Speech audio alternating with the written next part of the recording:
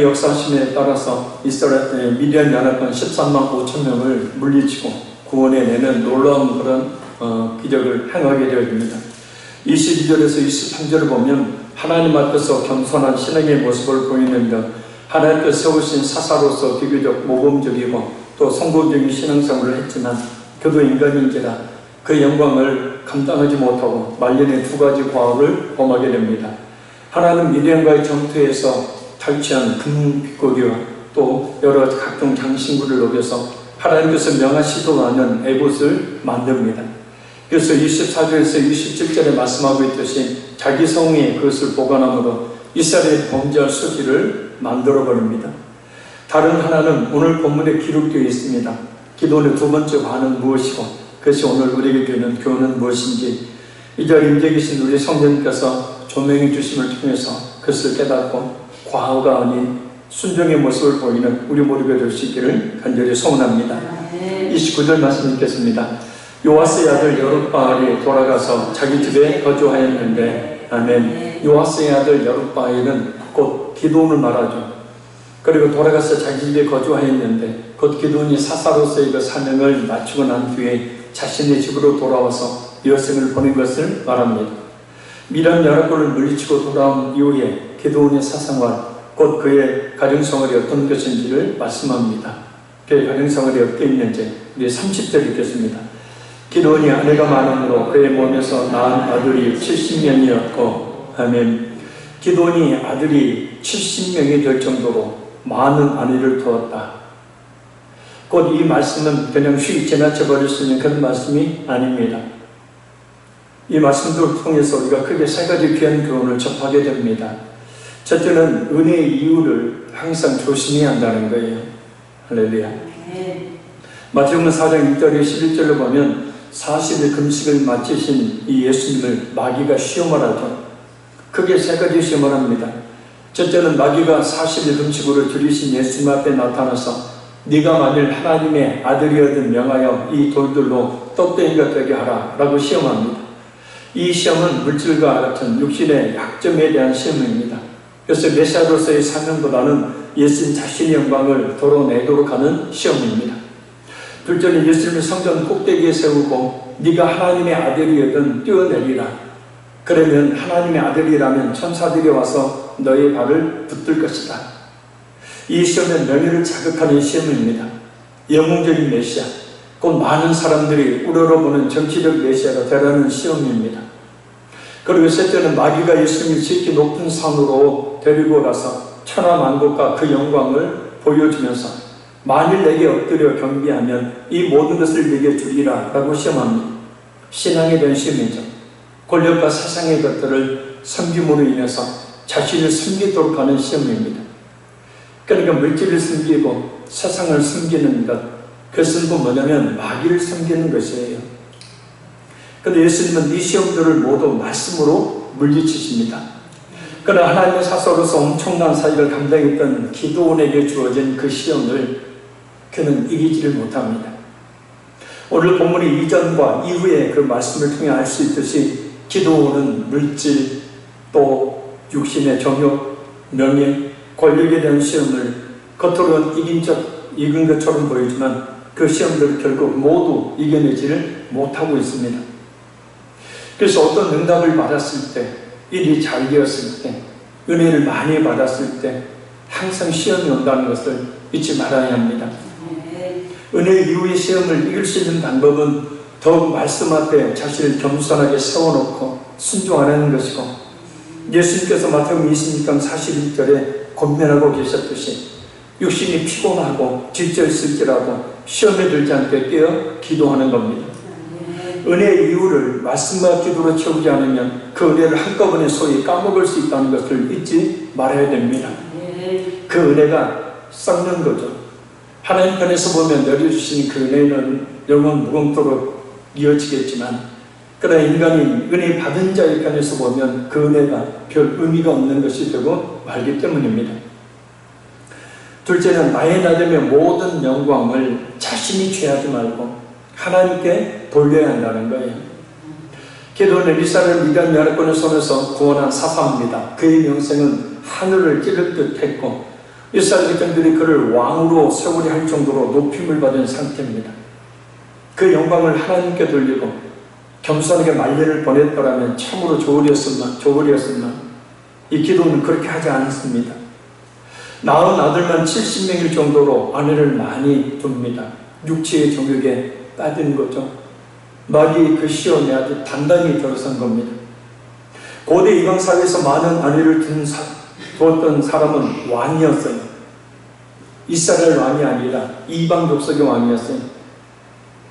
기도원이 곧 말년을 말입니다. 왕처럼 산 거예요. 자신에게 비춰진 그 하나님의 그 영광을, 그죠?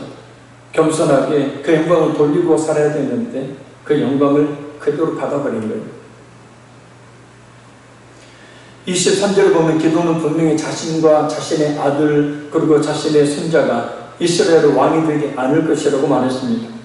근데 여기서 보면 사는 것은 왕처럼 산 겁니다. 기도는 분명히 자신이 사사로 부름을 받을 때 어떠한 존재인지를 우리가 살펴봤던 6장 15절을 보면 이렇게 고백했습니다.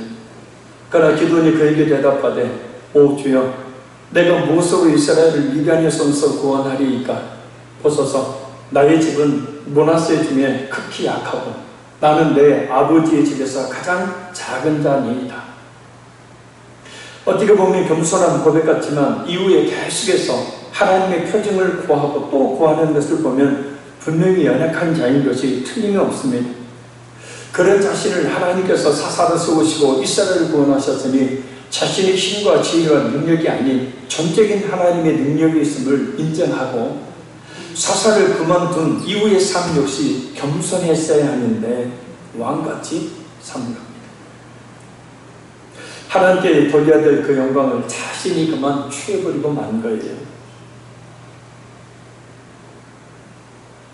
바울 사도의 고백처럼 나의 나되는 것은 오직 하나님의 은혜로라. 영원히 지어져 전조자야 마땅한 우리를 구원해 주신 분도 하나님이시고 오늘도 우리의 삶을 살 수 있도록 해주시는 분도 하나님이시니 늘 감사와 찬양으로 그 영광을 하나님께 돌리고 겸손하게 살아야 합니다. 내가 기도했더니 라는 말을 버려야 합니다. 내가 이렇게 했더니 라는 말을 버려야 합니다. 오직 늘 항상 하나님께서 모든 것을 하셨습니다. 그렇게 고백할 뿐만 아니라 그렇게 고백한 자다운 겸손한 삶, 그래서 그 하나님 앞에서 늘 겸손하게 엎드려 기도하는 삶, 그 말씀 앞에 겸손히 엎드려 순종하는 삶을 살기를 힘쓸 때 그 하나님의 은혜와 축복은 지속될 줄로 믿습니다. 실제 하나님의 말씀에 순종해야 된다는 겁니다. 많은 아내를 두는 것은 이스라엘 백성들에게 허락된 것이 아니었습니다. 이방 족속의 왕이나 하는 행동이었습니다.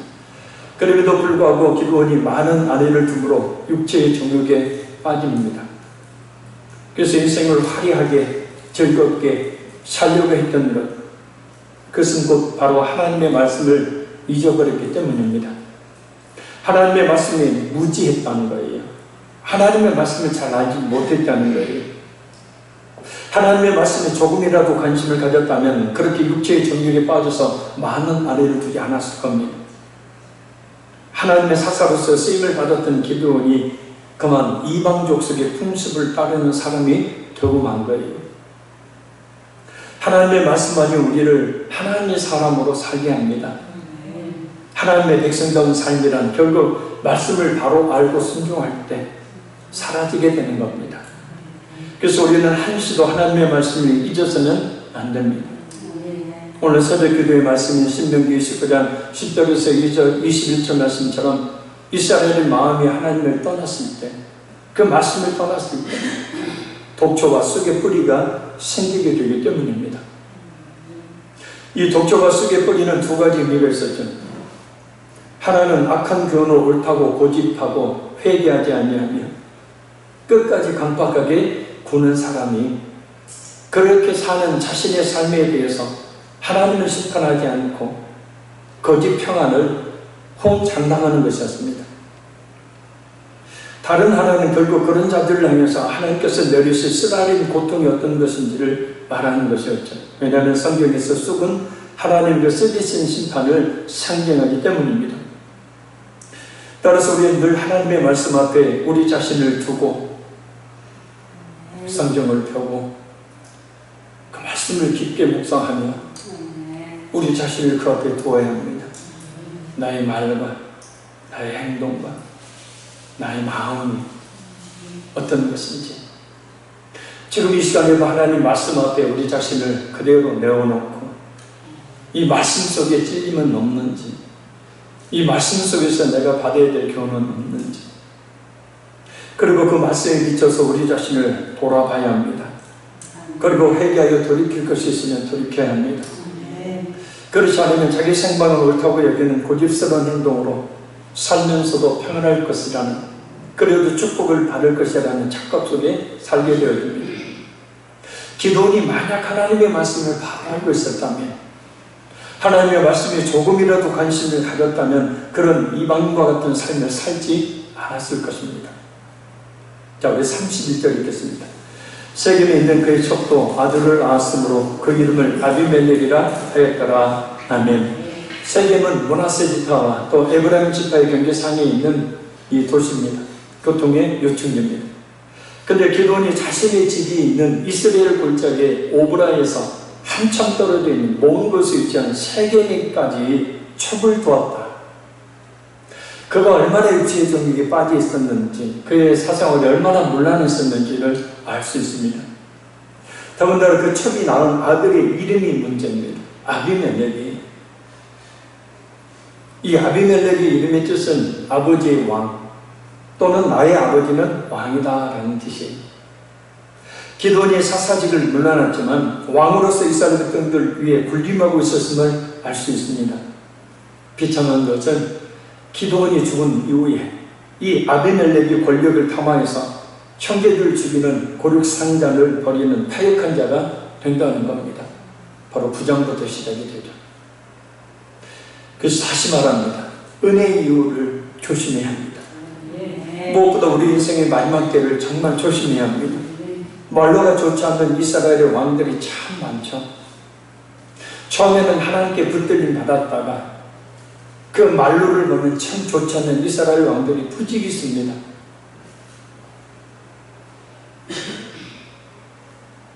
대표적인 얘기가 부인과 저보다 1000명이나 줬던 솔로몬. 그 아리따운 이방 여인들이 가지고 그 우상들을 아주 대놓고 섬겼던 솔로몬이 그 대표적인 예죠. 나이가 먹는다는 것은, 갈수록 육체의 힘이 없어진다는 것은 주님 앞에 갈 날이 가까워오고 있다는 신호이고, 그러니 나이가 먹은 육체의 힘이 없어진다는 것은 그 주님 앞에 설 때를 생각하며 고기를 숙이는 겸손한 삶을 살아야 한다는 뜻입니다. 자꾸 존경이 받고 싶어지고 책망의 소리보다는 칭찬의 소리가 듣기 좋아지고 자꾸 누군가 자신을 대접해 주기를 원하는 마음이 생긴다면, 자꾸 화려한 것들을 추구하는 생각이 든다면 빨리 정신 차리고 그 반대로 살아가야죠. 겸손로 허리를 동이고 주님의 현현인 교회를 섬기며 교회 지체들 낮은 자리에서 섬기는 겸손의 삶을 살아야 합니다. 왜요? 추수를 앞둔 잘 익은 벼는 항상 자연스럽게 고기를 숙이기 때문입니다. 우리 32절 읽겠습니다. 요아스의 아들 기드온이 나이가 많아 죽음에 아비에셀 사람의 오브라에 있는 그의 아버지 요아스의 묘실에 장사되었다가 아멘.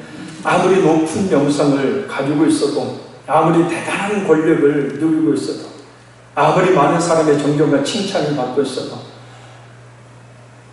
아무리 부를 누리고 있어도 결코 죽음이라는 것을 피할 수 없듯이 기드온에게도 그 죽음이 도둑처럼 찾아옵니다. 그런데 기드온이 죽음 이후에 벌어진 일들을 보면 그의 삶이 사실 존경받는 삶이 아니었음을 알 수 있습니다. 몇 가지를 살펴볼 수 있습니다. 첫째는 기드온이 죽자 이스라엘 우상들을 자기들의 신으로 삼았다는 거예요. 자, 우리 33절 읽겠습니다. 기드온이 이미 죽음에 이스라엘 자손이 돌아서서 바알들을 따라가 음행하였으며 또 바알브릿을 자기들의 신으로 삼고. 아멘. 기드온이 죽음에 돌아서서 문법적으로 보면 계속 급박하게 이루어지는 현상을 이야기합니다. 그러니까 기드온이 죽자마자 마치 기다렸다는 듯이 이스라엘이 우상을 섬겼다는 거예요. 기가 막히지 않습니까? 바알브릿은 바알과 또 베리트의 합성입니다. 바알은 우리가 잘 알다시피 남편, 주인이라는 뜻이고, 베리트라는 말은 언약이라는 뜻입니다. 그러니까 바알브릿이라는 말은 언약의 주라는 뜻입니다. 특히 시는 놀랍게도 말입니다. 엘르음을 씁니다. 하나님을 뜻하는 엘로힘을 써요. 이스라엘이 바알을 말입니다. 자신들의 언약의 하나님으로 삼았다는 뜻이에요. 진정한 언약의 하나님, 자신들의 생명의 능력이 되시는 그 언약의 하나님을 버리고 죽음의 신, 거짓신 바알을 하나님으로 삼았다. 기드온이 죽자마자. 얼마 전까지만 해도 하나님이 어떤 분이신지 미디안 연합군과의 전쟁에서 똑똑히 체험했던 이스라엘이, 아니 지금까지 하나님이 어떤 분이신지 수도 없이 체험했던 이스라엘이 취한 태도치고는 너무나 어이가 없고 너무나 황당하고 너무나 참담한 배신입니다. 거짓 평안, 거짓 위로, 위장된 축복을 하나님처럼 섬기는 오늘의 많은 사람들의 죄악된 본성이 어떤 것인지를 잘 알 수 있게 합니다. 하나님이라는 그늘에 벗어나자마자, 그래서 하나님의 말씀을, 하나님의 은혜를 잊으면 안 되는 겁니다. 그것을 망각한 순간 이렇게 자신들이 만들어낸 풍요와 번성의 신을 반드시 쫓아가게 되니 말입니다. 기드온이 죽자마자 보인 이스라엘에 대한 행태는 역으로 기드온이 살아있었을 때 많은 이스라엘 백성들이 우러러보고 있었을 그때에 정말 겸손히 하나님을 섬겼다면, 자신이 하나님의 말씀을 업신여기지 않고 그 말씀을 제대로 이스라엘 백성들에게 가르쳤다면 하는 진한 아쉬움이 남게 됩니다. 그래서 늘 성경에서 강조하고 있는 것이지만 교회 지도자의 역할이 아주 절대적이죠. 자신의 생각을 신앙이라는 그럴듯한 포장을 씌워 교인들을 잘못된 방향으로 이끄는 지도자가 아니라 정말 하나님의 말씀에 사로잡혀서 하나님의 말씀에 따라 교인들을 인도하는 지도자가 이 말세에 어쩌면 오늘 본문의 이스라엘 백성들보다도 더 악한 모습을 보이는 오늘의 교인들에게 필요합니다. 자신들의 생각이라면서 그것이 잘못되었음을 알지 못하고 그 잘못된 비성경적인 지향성을 가지고 나아가려고 하는 교인들의 요구에 과감하게 이것이 바로 성경에서 말씀하고 있는 하나님의 뜻이니 따르라 라고 외칠 수 있는 지도자가 정말 절실히 필요한 때가 지금 이때인 것 같습니다. 코로나19로 인한 혼란, 가장 큰 피해를 보고 있는 대상이 바로 교회들이죠. 갈수록 상대주의, 이기주의, 개인주의에 빠져서 철저하게 자신의 생각대로만, 속에는 옳은 대로만 신앙생활을 하려고 하는 이때에 이것이 성경에 말씀하고 있는 하나님의 뜻이니 우리가 이렇게 갑시다라고 외칠 수 있는 지도자, 기도원이가 말입니다. 그 대단한 권력과 그 대단한 힘이 집중되었을 때 기도원이 그 말씀을 무시하지 않고 그 말씀을 바르게 이스라엘 백성들에게 가르쳤다면 기도원 자신이 그와 같은 육체의 쾌락, 그런 권력, 그런 명예욕에 빠지지 않았을 것이고 아마 성경의 그 이름이 하늘 별과 같이 빛나는 존재로 기록되었을 텐데 하는 그 아쉬운 말입니다. 위에서 그렇게 사니까 백성들이 그렇게 따라가는 거예요. 가정에서도 마찬가지 않습니까? 가정에서도 마찬가지죠. 부모의 신앙, 부모가 그렇게 신앙생활을 하니까 자녀들도 자연스럽게 그것을 따라가게 됩니다. 그래서 우리 자신이 교회 지도자로, 또 가정의 지도자로, 영적 지도자로서 따를 만한 모범을 보이는 그런 인격과 그런 신앙생활이 있어야 될 줄 믿습니다. 두 번째는 하나님을 기억하지 않았다는 거예요. 우리 34절 읽겠습니다. 이스라엘 자손이 주의 모든 원수들의 손에서 자기들을 건져내신 여호와 자기들의 하나님을 기억하지 아니하며. 아멘. 주의 모든 원수들의 손에서 자기들을 건져내신 여호와 자기들의 하나님을, 이 말을 쓰는 이유는 앞서 바알을, 자신들의 언약의 하나님을 섬겼던 이스라엘 백성들의 그 태도와 강하게 배치시키는 표현입니다. 너희들이 바알을 언약의 하나님으로 섬겼지만 그 하나님은 너희를 주변의 모든 원수로부터 너희들을 구원해낸 하나님이다라는 거죠. 미디안의 앞에서 자신들을 구원한 신이 바알이 아니라 여호와 하나님임을 강조하고 있는 표현입니다. 직접 기억하지 아니하며 라는 말은 이스라엘의 배은망덕한 태도를 지적하고 있는 말씀입니다. 보면 성경을 읽어보면 이스라엘 역사는 항상 이 사이클이 반복되어져요. 바로 망각의 역사입니다. 망각의 역사. 필요할 때는 하나님을 간절히 찾고, 그래서 하나님의 은혜와 축복을 받으면 하나님에 대한 관심조차도 가지지 않는 이스라엘의 역사 말입니다.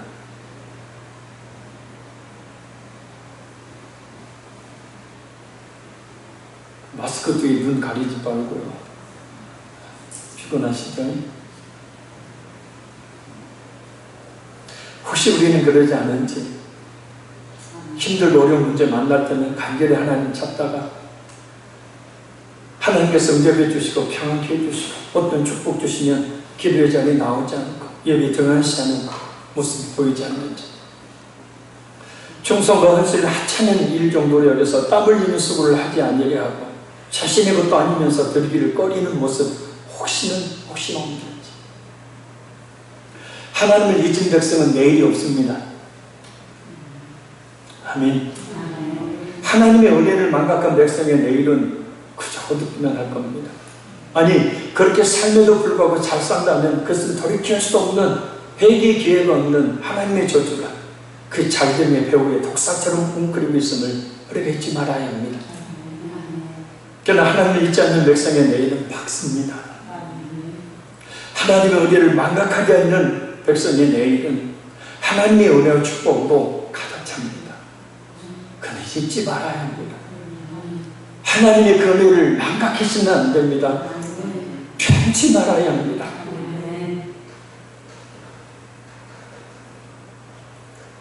마지막 셋째는 기도원을 버렸다는 겁니다. 우리 35절 읽겠습니다. 또 여러 바알이라 하는 기드온이 이스라엘에 베푼 모든 은혜를 따라 그의 집을 후대하기로 아니하였더라. 아멘. 후대는 말은 후세들, 이 헤세드라는 말이죠. 인자, 친절. 근데 여기서는 충성이라는 의미로 쓰입니다. 그 이스라엘 백성들이 기드온과 기드온의 후손들에게 충성을 다하겠다고 했던 그 다짐을 그가 죽자마자 버려버렸어요. 배신하는 겁니다. 하나님을 망각할 정도인데 자신들을 구원의 길로 인도해준 기드온에게 더 이상 충성하기가 없는 거예요. 배신해버린 거예요. 살아있을 때는 그래도 그 앞에서 충성하는 척했는데 기드온이 죽자마자 그냥 배신해버립니다. 인간이는 그래서 참 사악한 존재죠. 어느 방송에 보니까 자녀들이 끝까지 부모를 따르게 하고 부모를 찾아오게 만드는 방법을 하나 이야기를 해주더라고요. 오래 사신 분이 절대 유산 남겨주지 마라. 미리 주지 마라. 돈 다 유산으로 남겨주고 이제 부모에게 얻을 것이 없다 싶으면 이 자식들이란 놈들이 더 이상 참지 않는다. 그래, 자식들을 위해서라도, 자식들 노후를 위해서라도 절대 유산 미리 주지 마라. 참 씁쓸한 이야기죠.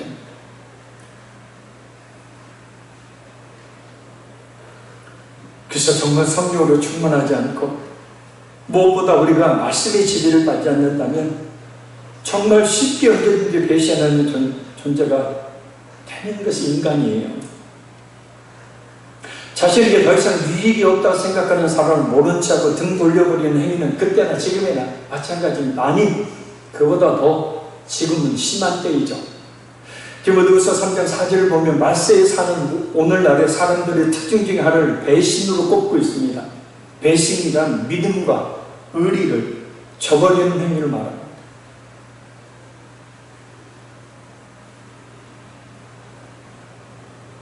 만약 우리 예수님께서 죄인으로 온갖 죄를 짓다 영혼의 절규 행위를 당해야 마땅한 놀이를 예수님께 아무런 유익이 되지 못하고 벌레받아 못한 존재인 우리를 그래서 버리셨다면 우리가 어떻게 되었을까요? 생각하기도 끔찍한 미래가 우리 앞에 펼쳐졌을 것입니다. 그러나 예수님은 그러한 우리를 끝까지 버리지 아니하시고 심지어 자신의 목숨까지도 내놓으시는 충성으로 구원하셨으니 감사해요. 그 은혜를 입었다면 정말 배신하지 말아야 합니다. 끝까지 어떤 고난과 어려움이 닥친다 해도 예수님을 신뢰하며 따라야 합니다. 오직 주님만을 위해 살아야 합니다. 금방 한줌 죄로 변해버릴 자신과 물질을 위해 살지 말고 말입니다. 또 한 가지, 이 기도원의 죽음을 통해서 우리 자신이 죽어서도 사람들이 잊지 않고 존경을 표하는 사람이 되어야 한다는 것을 알 수 있습니다. 살아있을 때는 어쩔 수 없이 교제를 나누고 그 사람이 힘, 권력, 부 가지고 있으니 그 앞에 존경한다 말할지 모르지만 죽고 난 뒤 사람들이 기억하지 않는, 아니 죽자마자 등을 돌려버리는 그런 사람이 되어서는 안 된다는 겁니다. 그 사람이 없을 때 손가락질하며 비방을 일삼는다면 그 사람은 실패한 인생을 사는 사람이겠죠. 그러나 그 사람이 없을 때도 그 사람을 칭찬하며 존경한다면 그 사람은 성공한 인생을 산 사람들입니다. 물론 요즘에는 정당한 사유 없이 비방과 중상모략이 난무하는 시대이지만 말입니다. 우리나라를 보면 진짜 가짜뉴스가 그렇게 많이 퍼져요. 사실이 아닌데 진작으로, 자기 생각으로 그럴 것이다. 그래서 수많은 사람들이 엄청난 상처와 고통과 아픔을 겪습니다.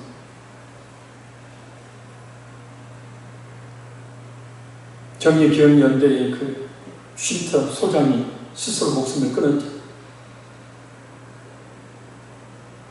그 사건에 대해서 혹시 관심 있는 분들은 아시는지 모르지만 서류상으로 보면 아무런 문제가 없습니다. 착복한 것도 아니고. 근데 미통당이나 국회의원들, 언론들이 아주 그냥 싸잡아서 없는 사실들을 있는 것처럼 집 5채를 예를 들어 현금으로 샀다. 근데 집 5채가 아니라 겨우 2채예요. 그것도 자기 집이 아니고. 이게 뭐 몇천만 원, 6천 얼마짜리 집을 사다 살다가 조금 큰 평수로 옮긴다고 이렇게 사고 팔고 해가지고 도합해봐야 2억도 안 되는, 그러니까 서울 경기권 지역에서 2억 정도 되는 집, 아주 쉽게 말하면요, 그 음마아파트 서초동 가면 말이에요, 아파트 24평이 보통 12억 갑니다. 12억 간다니까요. 그러니까 전주 아파트, 싼 아파트 해당되는 가격밖에 되지 않아요. 아니, 전주에서는 그게 좀 나가고. 5채나 샀다고 현금으로 착복해서 전혀 사실이 아닌데. 그런 일들이 비일비재하잖아요. 정치 얘기해서 좀 그렇습니다. 조국 전 법무부 장관, 세상에 그 표창장 위조 혐의로 검사 100명이 70분들을 압수수색하고 세계적으로 어떤 사람이 이야기하는 쪽팔리는 사건이라는 거예요. 뭔 엄청나게 많은 어떤 뭐 공금을 횡령한 것도 아니고, 아들, 딸 표창장, 또 체험학습, 체험학습 증명서, 그것도 다 아니라고 사실이 밝혀지고 있잖아요. 그러니까 언론이 조국 전 법무장관에 대해서는 아이를 이제 싹 다 물어버리죠. 아니니까. 근데 얼마나 잡들이 했습니까, 온 가족을. 그러니 그 쉼터 원장도 그 언론들, 이 기레기라고 이야기를 하더만요. 기레기, 기자가 아니라 쓰레기라는 거예요. 막 총좀 눌러댔었고, 전화해댔었고, 검찰 압수수색 들어오고, 그 심리적 압박감이 얼마나 컸으면 스스로 목숨을 끊었겠어요. 가짜뉴스가 보통이 아닙니다, 한국에.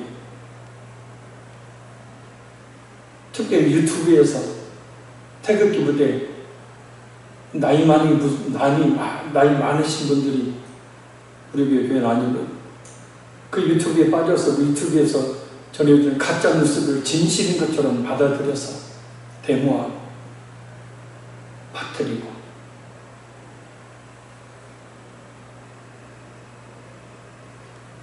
근데 말입니다.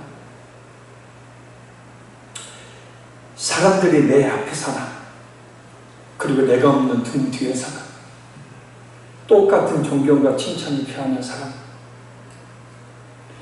그런 사람이 되기를 원하고 또는 바라봅니다.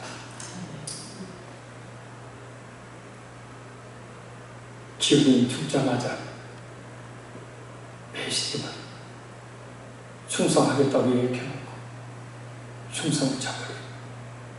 이 폐악한 모습.